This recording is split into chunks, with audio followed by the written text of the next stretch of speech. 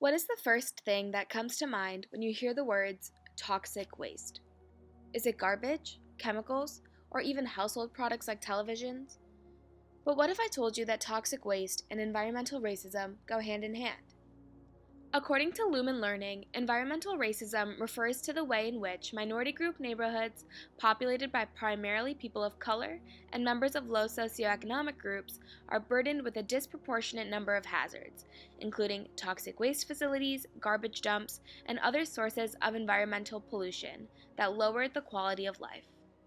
A 20-year comparative study led by sociologist Robert Bullard determined race to be more important than socioeconomic status in predicting the location of the nation's commercial hazardous waste facilities. There are 22 facilities permitted to incinerate hazardous waste in the United States, of which 10 are located in low-income and minority communities, according to the Environment, Health, and Safety online journal. While there are no hazardous waste sites in D.C., there are still dangerous transfer stations where people can drop off solid waste, household hazardous waste, and unwanted electric equipment.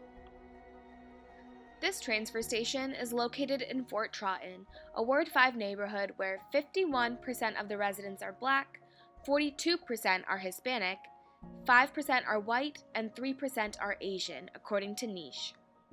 The Fort Trotton transfer station houses half of DC's trash, and the second transfer station in DC is located off of Benning Road and receives the other half.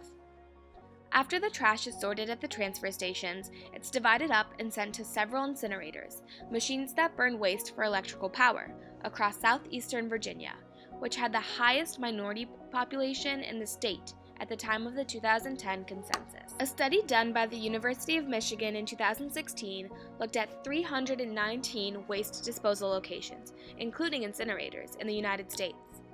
This study found that there was a consistent pattern of these disposal facilities being located in low-income communities of color.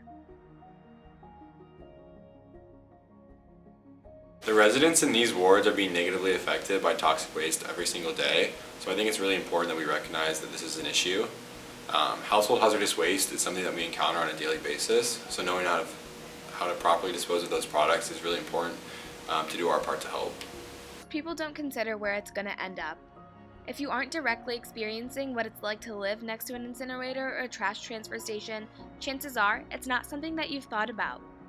Being aware of this privilege and getting involved with environmental activism groups such as the DC Environmental Network are great ways to raise awareness for this issue. For you, it could just be another piece of trash, but for someone else, it's poison.